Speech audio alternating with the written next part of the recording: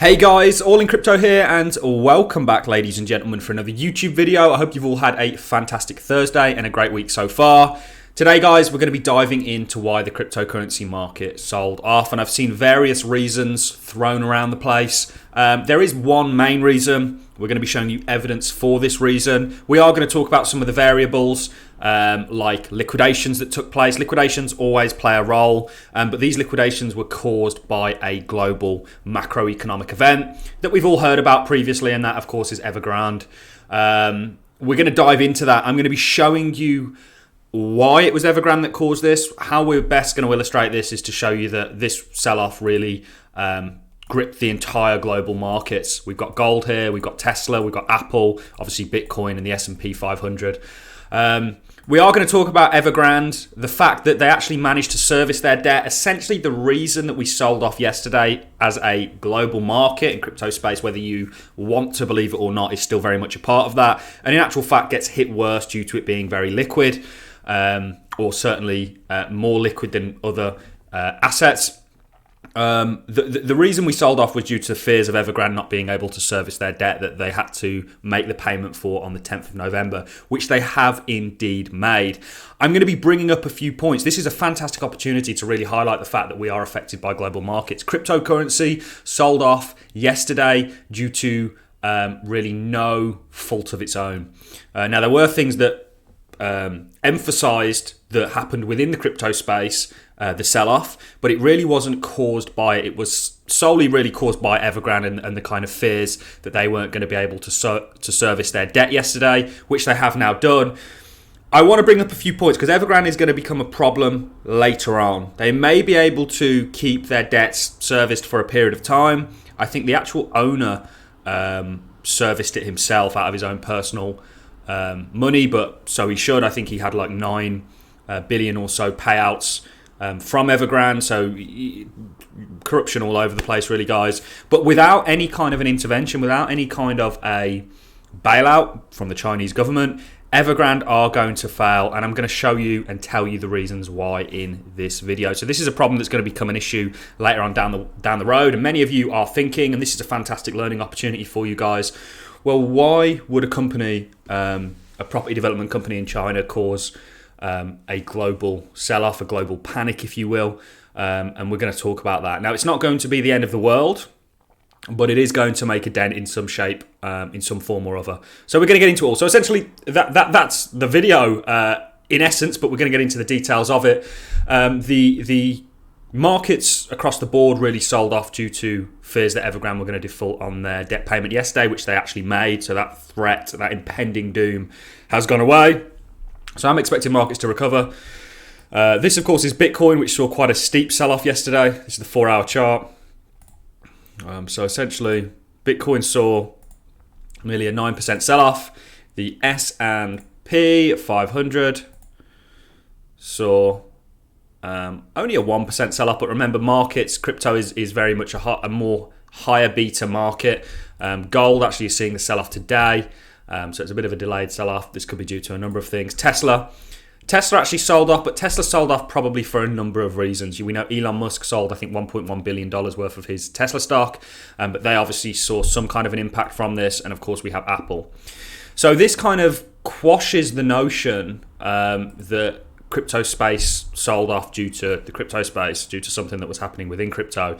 It's a symptom of global markets, and we know that because markets as a whole really took a hit due to speculation that Evergrande weren't going to pay their debts, and it did look that way very much so if the owner didn't actually step in and fork the money out himself. And Evergrande are going to fail, ladies and gentlemen. Let me make that point very, very apparent to you. And what this really highlights, what this sell-off highlights, is just how untethered perhaps the price of cryptocurrencies are to the actual cryptos. Sounds strange, doesn't it? But this is how markets work. I saw many people on crypto Twitter and YouTube come up with all manner of reasons, liquidations, which absolutely do play a part, but these individuals have no concept of anything outside the realm of the crypto space, which is very small. It's going to inflate and become a lot bigger. But right now it's very small, and you still want to, in the same way that if you're in an altcoin, you want to look at Bitcoin. If you're in crypto, you want to look at markets around the globe. You want to look at everything, every aspect of finance to be a good investor. That's really what you need to do. And many people are very narrow-minded, and they'll say, well, liquidations took place. Yes, we saw a lot of liquidations yesterday, but it wasn't out of the realms of the ordinary, in the sense that, yes, liquidations took place, but these were largely caused by markets and people pulling liquidity out of them, based on a speculative guess that we were going to see further downside due to Evergrande. And Evergrande, like one point that I'm going to come back to, so yes, liquidations do play a role. We also had a Bitcoin wallet that has 2,207 Bitcoin that hasn't been active for 8.1 years, essentially since 2013, essentially move some of their Bitcoin, become active. So this, I think, worried many people. If this hit the market all at once, let's say they sold all at once, this would definitely cause a dent. We've talked about how price is determined and how it actually only takes a very small amount of the liquid supply, not the overall supply, to actually move a market in one way or another. It's a very, when you think of a market selling off 1%, that absolutely doesn't mean that 1% of the market has been sold, or 1% of the Bitcoin out there has been sold. It's a very small fraction. I think it's, a couple of percent of 1%, basically. And that's how markets are made. So price is often a very unfair representation.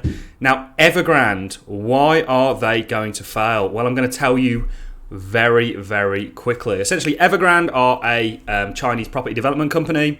They owe $330 billion in total debt. $19 billion of that debt are high-yield bonds that have been sold to overseas investors. I believe BlackRock is one of those overseas investors.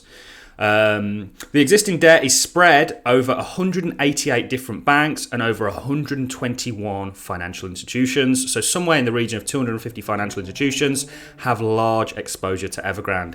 Can you see the reach of this? Even though it is a property development company within China, if they default, if they fail, and can't service that debt, it's going to have a knock-on impact, which then has another knock-on impact on smaller financial institutions that are tethered with the bigger ones.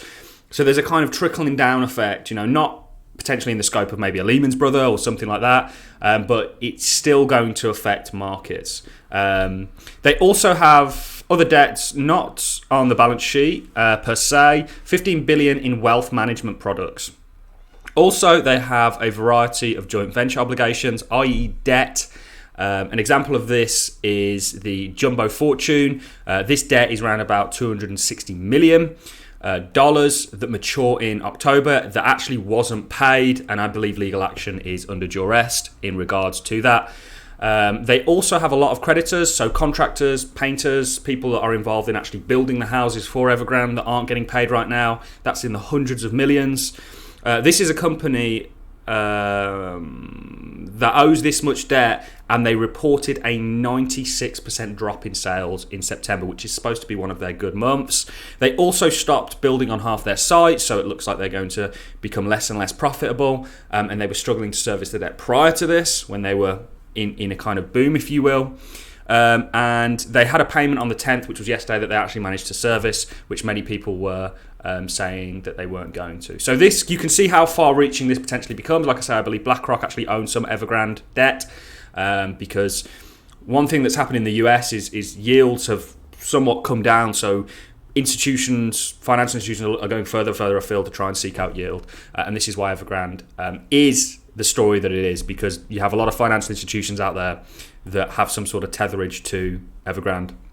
And this undoubtedly, even though they paid it off yesterday, and the speculation caused a kind of market sell-off. So expect a recovery, guys, basically, is what I'm saying to you. Evergrande, inevitably, there's no way, in my opinion, this is, that they are going to be able to fix all of these issues without a bailout. And this is going to have devastating effects, certainly in the Chinese financial markets. People are going to lose massively. Certainly the bondholders are going to get potentially 10% of what they were hoping for. This will have a knock-on effect across all markets and cause a bit of a liquidity squeeze, and financial institutions are going to get harmed. So you can see how this snowballs. And what this video really was a lesson in the fact that you need to pay attention to financial markets in the same way that altcoin holders need to pay attention to Bitcoin. As an investor, keep your head in the financial game, keep your head in the world of finance, because it's very much because markets are a lie. Markets are held together with bravado and debt that's never going to be paid, and this causes a bit of a storm, and this causes things to be quite fragile. And you need to pay attention to this because there's opportunity in this, shorting opportunity. So, for example, myself personally, I am going to be shorting some of the companies that I know are very leveraged and also have exposure in a big way to Evergrande and the bonds, because I think this is going to have a significant effect on them. So this can is just going to get kicked down the road, but without government intervention or a bailout, it's not going to be great for financial markets. But we will recover from this. Hopefully, there's lots to talk about this being a snowballing effect and causing a greater collapse. But I'm not really on the scale of that. I think we can print our way out of anything at this point, and I think that's what governments will do if we enter something like that. So that's for another video.